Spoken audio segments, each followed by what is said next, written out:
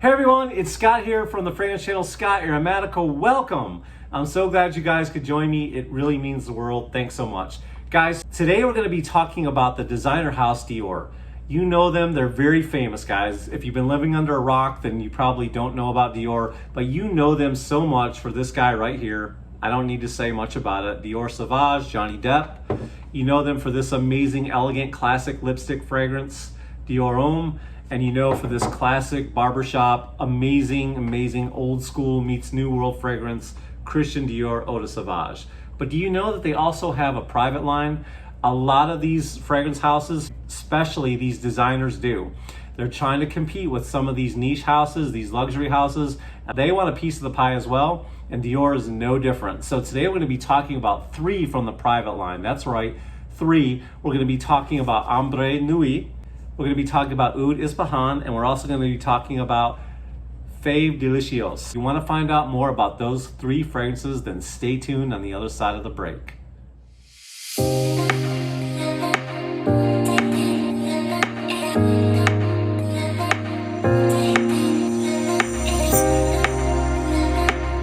Hey guys, it's Scott once again. Thank you so much for being here. I really appreciate it. And like I said, today we're going to be talking about Dior's private line.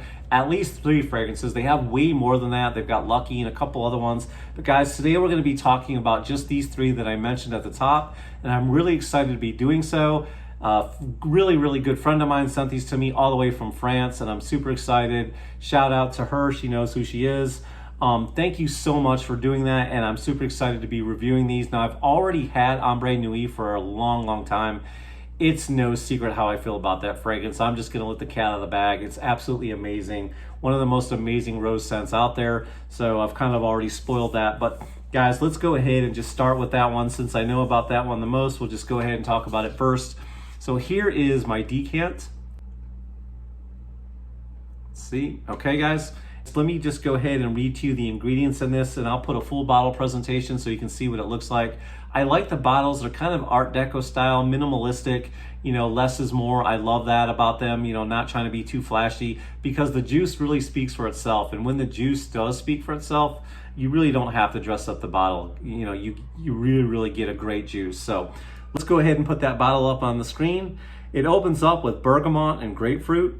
You've got rose, Turkish rose to be exact, pink pepper, and then also to round it out, you've got amber in the base. So not too much going on there. I sometimes hear people say that this reminds them of Grand Soir. I don't know what they're thinking of or why they would even say that. The only reason why I would even ever make that comparison is because of the few ingredients that are in this fragrance. This fragrance really doesn't have a pyramid structure. Kind of a lot like Grand Soir. But anyways, guys, this is an absolute amazing seductive fragrance, and I'm gonna stop yapping and spray it on my wrist. Oh, it is so good, guys. Man, the citrus is nice and soft. The star of the show is the rose. Man, it is absolutely gorgeous. There's something really sweet about this. I don't know where that sweetness is coming from. So I almost smell like there's vanilla, even though I don't find it listed in the notes. But to me, this fragrance, in some ways, almost gives off like a cherry Coke vibe. There's something cherry and sweet about this, but I love it. It just works. The amber in this is nice and warming. You know, you get the nice floral from it, but man, the Turkish rose with the amber just really works. That's what this is. This is just an amber rose fragrance, and it is so beautiful. It's blended to perfection. I'm telling you, whoever blended this, it's just a masterpiece to me. It's one of my favorite fragrances. It's one of those like that's on my list that's 10 out of 10. I don't know why I don't own it. Well, I do know why. They're very expensive. For a 1.3 ounce, you're looking at $100. You know, for a 4.2, I think it is, you're looking somewhere around $250. Now maybe I can find it on discounters, you know, a little bit cheaper. And I'll have to do my homework. I might pick up one of these 1.3s for $100, because after all, I have so many fragrances. I don't mind spending the $100. But guys, this is just so amazing. It's so, and animalic. You know, if you're new to the fragrance world, or if you've been in it for a while, you hear some of these terms over and over, and you might just act like you know what they mean, or maybe you do know what they mean, or maybe you don't. So for those of you who don't know what they mean, I wanted to read the definition of animalic. I'm going to go ahead and do that right now. Animalic refers to both raw and aroma materials, and fantasy materials for that matter. These are notes that are created in a lab, which directly invoke a scent that reminds you of animals, either real ones or metaphorically speaking. So basically, it's the nature of our own human and animal instincts. So that's what animalic means. If you've ever wondered, if you've ever heard Redolescence or some of these reviewers that are absolutely amazing and spot on, a little more spot on than I am, I'm learning, I'm growing, and you always wonder what animalic means, there you have it. It's on tape for you to know now, or you can write that information down, or you can just, look it up on Google and find out for yourself. But that's what animalic means, and I wanted to look it up and explain it to you to have a little more understanding. But anyways, guys, there you have. That's not really my first impression of Ombre Nuit, since I've already had this one, but the other two that I'm going to be talking about, Oud Ispahan, that one is absolutely new to me. So let's go ahead and spray that one right now, and this will be more of a first impression since I've never smelled this one. All right, and let me put a full bottle presentation of that one on the screen as well, so you can kind of see what it looks like. In the top, you've got Lebanon, which gives that leathery, ambery smell. In the mid, we've got Rose again, that patchouli, which gives it the earthiness, saffron. In the base, we've got Arglewood or Oud, sandalwood, and cedar. And I don't know what you know about Oud. It's an expensive process. Some people call it liquid gold. I know a lot of designer companies and a lot of houses cut corners now, and a lot of times you're not really getting Oud, you're getting something recreated in a lab, just in case you were wondering. Now, some of the houses that are more luxurious and spend a lot of money do actually still get the Oud, but a lot of it is recreated in the lab, in case you were wondering. So let's go ahead and spray this one, Oud Ispahan. We'll spray it on this wrist.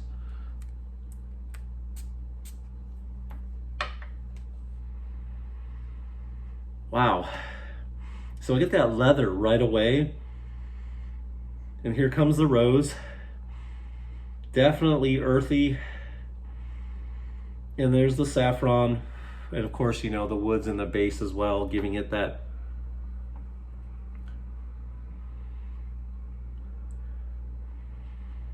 so very, very, very, very woody, especially coming from the cedar and the oud.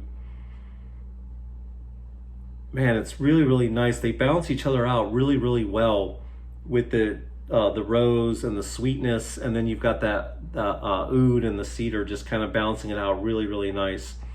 This is not my favorite between, if I were to pick a favorite between Oud Ispahan and Ombre Nuit, then I would pick Ombre Nuit. But this one is definitely masculine leaning. Now, a lot of these fragrances are listed as unisex. And again, this one is more masculine leaning. To me, this one you could wear more in the wintertime. It's not really that versatile. Now, I did forget to tell you, and I apologize for that. I would say Ombre Nuit is more versatile than this one right here. I think you can wear Ombre Nuit anytime, anywhere.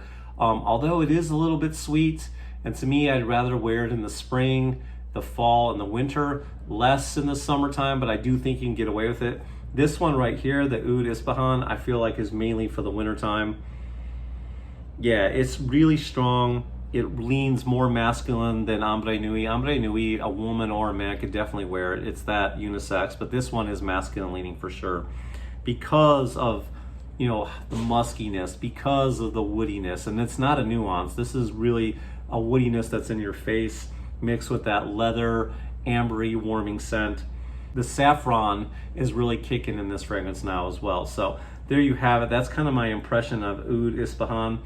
Not a bad fragrance, came out in 2012, and not one that I would run out and buy, but the Ombre Nuit is definitely on my must-own list. Okay, so last but not least, let's go ahead and try this one as well.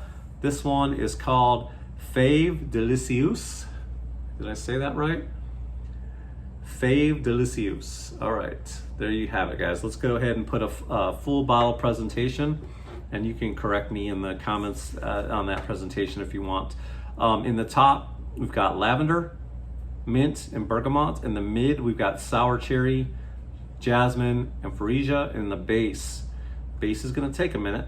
We've got tonka, vanilla, cacao, caramel, praline, benzoin, milk, sandalwood, leather, and cedar. So there you have it. Now, if there was ever a definition of a gourmandish fragrance, then this fave is the one. So let's go ahead and spray that one as well. Woo! Wow, I really, really like this. Ooh, it's very warming right off the top. The amber is strong in this one. And you definitely get the tonka and the vanilla. The nuttiness comes out really strong. There is something really weird about this fragrance. I like it, okay? But I was like, man, this fragrance kind of is taking me back to my childhood. It's transporting me all the way back to my childhood, and I couldn't figure out why. And I know why, because it smells like Play-Doh. In some weird way, this fragrance smells like Play-Doh. Don't get me wrong, I love the nuttiness. I love the cherries in this. You know, praline, caramel, the whole nine, but there's something in here that I'm thinking that's the milk maybe. There's something weird that has like this weird Play-Doh vibe, but in some weird way I like it. It's kind of weirdly addicting. But yeah, I really love the sour cherry note in this. It's so good, and it dances because of the jasmine as well. You know, it's just sandalwood makes it creamy, all that good stuff. You're gonna find this 1.3 for all of these fragrances. You can find them on Dior's website. You're gonna find them for $100. Just look on discounters. Sometimes you can find this on Macari. You know, Macari's great because it's 100% money back. Same with eBay now. It's 100% money back guarantee, so you can't get stuck with fragrances anymore. I had an issue with eBay and I got my money back 100%, no problems whatsoever. They are very easy to deal with. So now when you're looking for fragrances that are this expensive, especially in a private line, guys, look on some of those sites. You can probably find them a whole lot cheaper. Like I said, 1.3 is $100, and you're looking for around $250 to $300 for the 4.25 ounce. So yeah, guys, that's Fave Delicious. Very gourmandish, cherry, nutty, just aromatic. Love it. Very sweet, too sweet almost, with the cacao. But this is definitely a wintertime fragrance. You're going to get the best results for this one in the really cold fall, winter holidays. This is, to me, is like, a casual fragrance, a date night fragrance, wanting to cozy up and get close to somebody. But I was wondering if you'd let me know down in the comments if any of you ever got that Play-Doh note in here. But I'm just curious, or if it's just me. But anyways, what do you guys think of this one? It's kind of cool. I like it. It's warm, slightly spicy, aromatic. It works. It definitely works. So, but to me, the star, if I were to pick one out of the three that I just went over on a first impression, definitely Ombre Nui all the way. It's worth owning. For me, it's a 10 out of 10 masterpiece. These other ones are okay. I'm not going to run out and buy the Fave Delicious. I'm not going to run out and buy the Oud Ispahan, but Ombre Nui is the one for me. So I'd love to hear what some of your other favorites. What are some other ones I need to try? I'll definitely get more decants before I actually buy. So let me know down in the comments down below. Well, there you have it. Those are my three from the Dior private line, and I really appreciate you guys. Y'all mean the world to me. If you'd hit the thumbs up button to help the algorithm. Guys, go ahead. If you want to be a part of my fragrance family, I'd love to have each and every one of you. I love hearing your thoughts and opinions and ideas. Go ahead and hit that bell notification so the videos come into your feed. And to tell your friends and family about the movement, guys. We're on our way to 1,000. We're getting there quickly. And it has nothing to do with me, because it's me, guys. It's just me. It has everything to do with you. So thank you so much. And let's keep it moving. Let's get on the momentum train. So guys, remember to always be yourself, as long as yourself smells good. And I'll see you guys next time. Ciao.